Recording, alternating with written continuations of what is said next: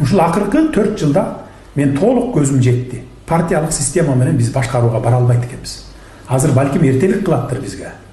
Себеби дегенде мурда уруу түндүк түштүк деп бөлүнгөн болсок, азыр болсо партия деп 300гө жакын партия ачылып кетти. Ар бири ар кайсы жерге барып алып партиянын төрагалары жылкы союп, кой союп кел менин партияма кир, шайлоого катышабыз деп ушу элдин баарын бөлүп жара башташты мына. Бул турмушубузда болуп аткан оокат, көрүп атабыз каралаш.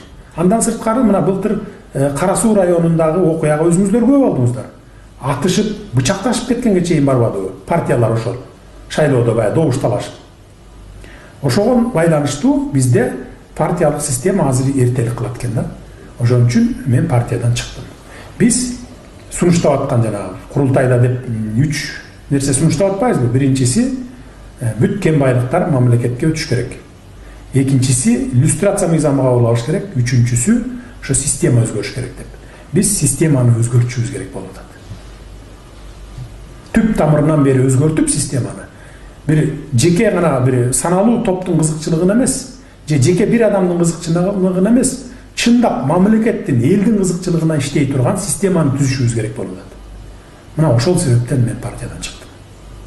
2010 жылы дагы ушул иллюстрация саясаты тазалануу деп ошол убагында Акаев менен Бакиевке калпак кийгизип жүргөн кишилер 100гө жакын кишинин тизмесин көтөрүп, буларды кызматка, бийликке жолотпош керек деп кыйкырып чыгышты да. Сиздердин иллюстрация саясаты кандай жүргүзүлөт? Бул тизмени мурдагыдай эле бир жеке адамдар түзөбү же болбосо бир башкача жолдору барбы? Иллюстрация мыйзамы боюнча эми андай эмес да, жеке адам түзбөйт аны. Туура 2010 жылы 100гө жакын, 200гө жакын списокти түзүп алып, тизмени. Мына ушуларды бийликке жолотпош керек деп баягы бир башында турган адамдар ким жаман көрүнсө эле, көзүнө жаман көрүнсө, же болбосо ошо душмандашып калган болсо эле, ошолорду киргизип алып, ушуларды жолотпош керек деген. Андай анархияга барбашыбыз керек биз. Мына иллюстрация мыйзамынын долбоору бар. Ошол долбоорду кабыл алып беришибиз керек. Парламент кабыл алып бериш керек. Парламент кабыл алып, президент кол койсо иллюстрация мыйзамы ал күчүнө кирет. Күчүнө киргенден баштап иштей баштайт ал.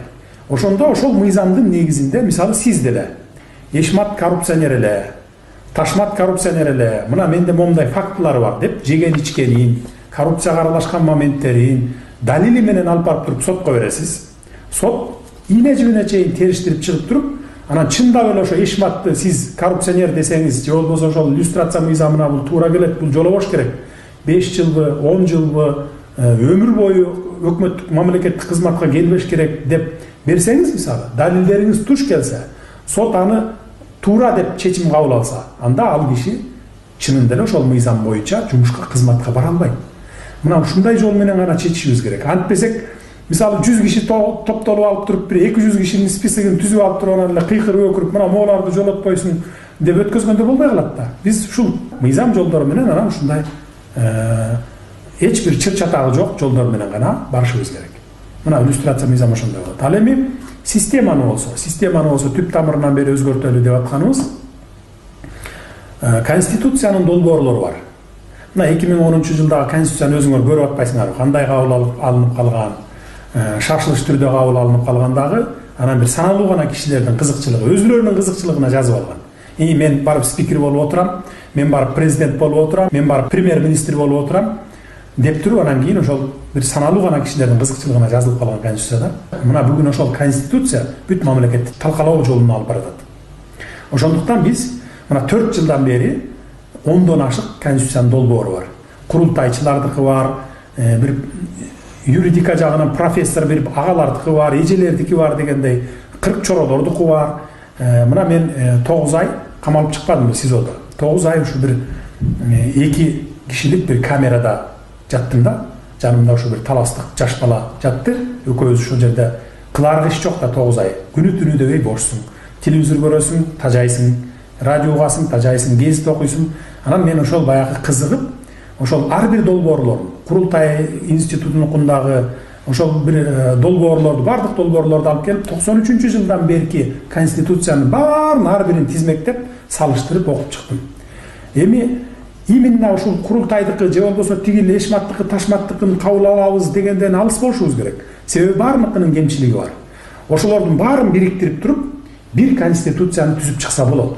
Именно ошол мамлекет үчүн, эл үчүн иштей турган конституцияны, ушу система азыркы жаңы заманбап убактыбызга туура иштеп кете турган конституцияны иштеп чыксак болот да.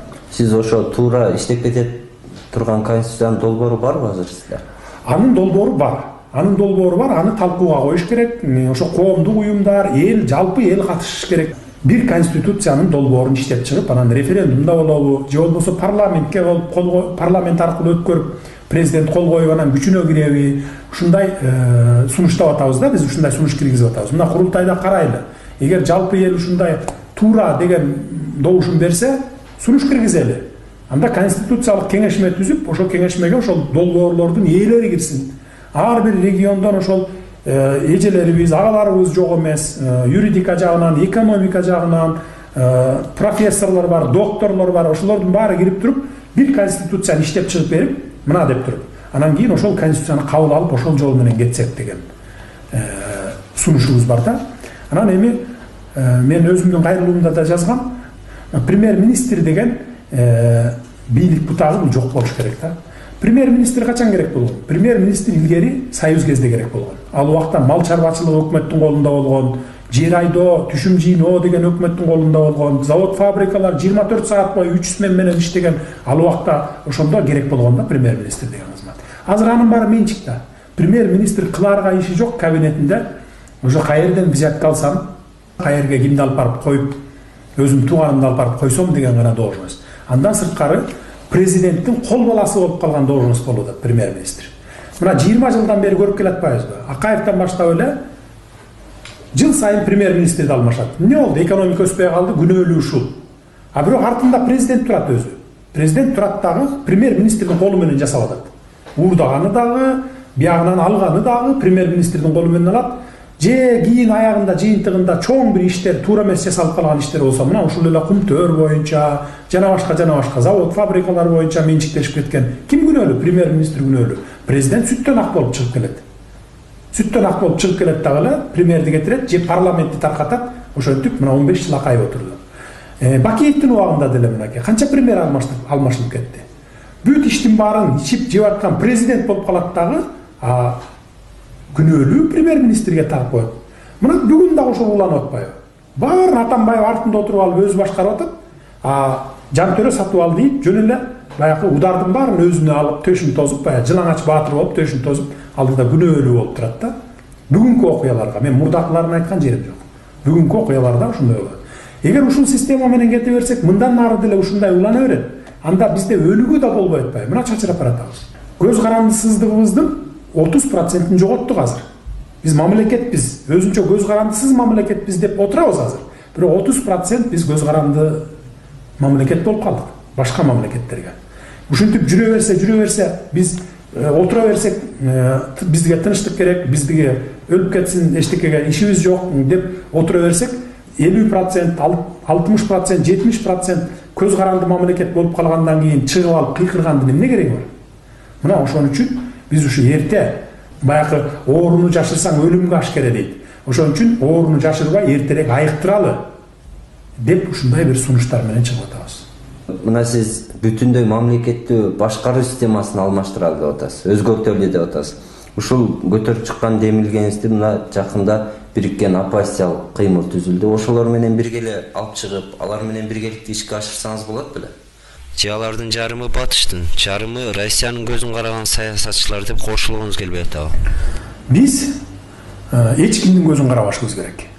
Тиягында, биягында карабай, биз өзүбүздүн жол менен. Кыргыздар мына илгертеден ата бабабыздын тарыхын алсаңар, бирөөгө баш ийип берген эмес кыргыз. Ошондуктан биз бирөөгө баш ийип берип, бирөөнүн көзүн карабастан биз өзүбүздүн түз жол менен кетишибиз керек. Ошол эле мезгилде бардык жагы менен биз жакшы мамиледе болушубуз керек. Мисалы, кыргызда айтылат, кошуна ыраазы болбой, Кудай ыраазы болбойт дейт.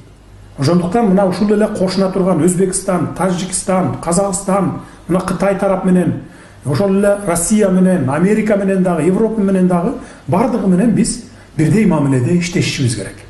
Мына Швейцарияны мисал кылалы. Швейцария мисалы эч кимдин көзүн карабайт. Өзлөрүнчө көз карандысыз өлкө. Жапжакшынакай жашап атат мына.